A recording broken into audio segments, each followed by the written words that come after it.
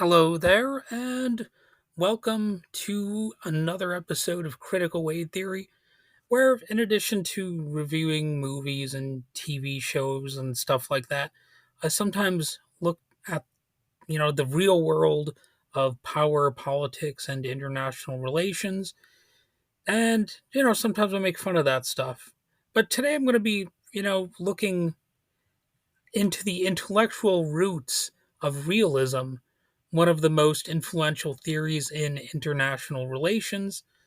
My name's Wade. How's it going? I'm your host, so to speak.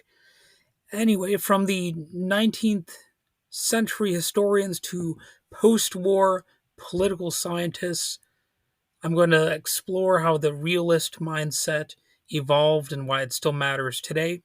Now, I do want to give sort of a little bit of a fine print thing here. So when I say realist, I don't necessarily mean that I agree that everything these people believe is realistic, right? It's more about me applying that label because that's the label that they are applying. So it's just for clarification reasons I'm saying that I do not necessarily endorse the so-called realistic view. So we're going to look at the foundations here. Let's start with the phrase that captures the heart of realism, that anything is justified by reason of state. It's blunt, maybe even uncomfortable, but it cuts to the core idea. States act in their own perceived interest, especially when national security is on the line. And national security is up for interpretation, but if we really cut to the core, it is the perceived national interest. So, what is considered national security could involve survival of the population, or it could involve, the survival of oligarchs at the top. So, it it is variable. The idea didn't come out of nowhere. In the 19th century, thinkers like Sir John Robert Seeley were already laying the groundwork for it. And of course, you could say that there were people before him, but he's one of the prominent examples. Seeley argued that material interests, not ideals, drove state behavior.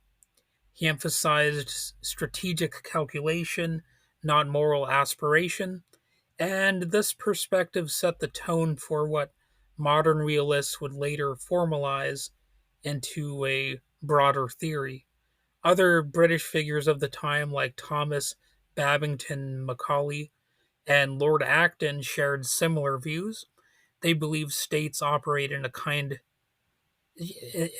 of state of nature, I suppose you might say, where survival and rational self interest guide decision making. Now, I do have to interject here and say that's not always the case. It's not always, the most rational self interest that is guiding decision making. That's just how some people choose to frame things. But anyway, when it comes to that point of view, if if it sounds familiar, that's because it's a recurring theme that will echo all the way into modern realist theory and, of course, into current events. So, the modern realists, who are they? Fast forward to the 20th century, after the devastation of World War I, scholars started looking for frameworks to understand why international conflict seemed inevitable. That's when Hans Morgenthau enters the picture. His 1948 book, Politics Among Nations, became a foundational text. Morgenthau laid out key principles like the balance of power and the national interest, concepts that still dominate international relations textbooks today. So he was, a very influential person. And Morgenthau didn't just invent these ideas, he clarified and, in a way, codified them. He showed that behind every diplomatic move and military alliance was a state calculating what would best serve its survival and power. Now, again, that's his theory. I don't know to what extent you could truly say that he showed that, but he at least attempted to, and in some instances he was able to, you know, clarify his point in a convincing way. And in reality, of course, you could just as soon say that realism could actually uh, ruin survival and actually diminish power, because it can be just as unstable as any other ideology or framework. So that it's a limited way to actually look at events. It's not. It's I mean the idea that everything that happens is rooted in rational and almost objective criteria. I think that's pretty easily debunked. Actually, I'm obviously including my opinion here right now, because sometimes the quest for power is not particularly rational. So people do, you know, irrational things in order to get power. But anyway, Morgenthau's influence was massive and long lasting. You can still see it in the work of Kenneth Waltz, a key figure in what's called neorealism. Waltz built on Morgenthau, but focused more on the international system itself rather than motives of individual states. Still, both share the view that in a world without a global movement, or without a global government, I mean, I meant to say government, but I said movement. But anyway, in a world without a global government, self-help and power politics are the rule. So, realism today is interesting too because today realism is very much alive. Scholars continue to debate how great powers compete, whether over oil, tech dominance, or military influence. Of course, like I suggested before, there are other factors like ego, of course, that can actually override a lot of these more, I guess, calculating and rational ideas or realities. And that's part of the debate that really needs to be had. I would say in order to make realism make more sense, you have to include the possibility that not all motives are particularly rooted in facts or logic or rationality, because emotions actually do enter into the picture, and also worldviews and that sort of thing. So these debates are part of what's called the first great debate in international relations: idealism versus realism, utopian vision versus political pragmatism. And realists argue there's no universal moral code that could govern state behavior. What matters in sovereignty, survival, and self-interest is really the main thing that is going to be held in the national agenda. Although, again, that's highly debatable. Realism isn't about how the world should work, it's about how it does work, though that's one of the things that they would argue.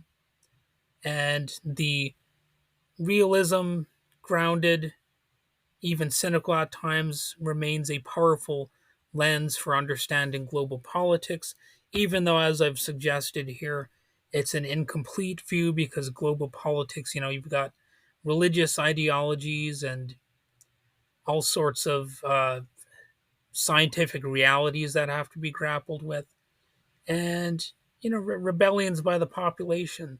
So it's not just the smart people up on top who are making all of the decisions, but actually, the population has a say even in more dictatorial societies.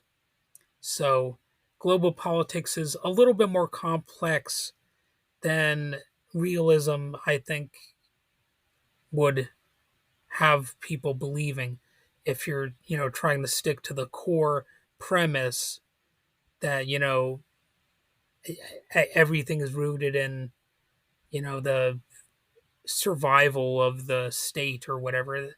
If that was true, like the the government would literally just be a machine. There wouldn't be humans with their own unique interests and concerns who are at the top. It would literally just be non-human. You wouldn't have these human motivations involved, and I think that's simply not true. You have to take into account the greater element, which is, the existence of cultural values. Like capitalism itself is actually sort of like a religion, and, people are trying to spread that across the globe. So I don't know how adequately realism as a concept could be applied when you have things like ideology involved.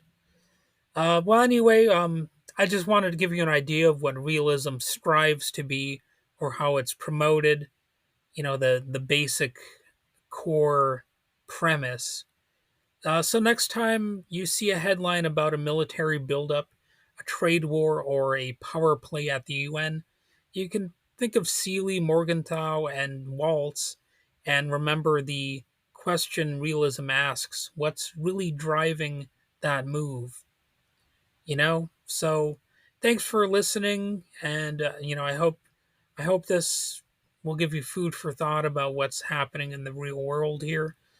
And you can subscribe for more episodes on international theory, geopolitics, and the ideas that shape the global order.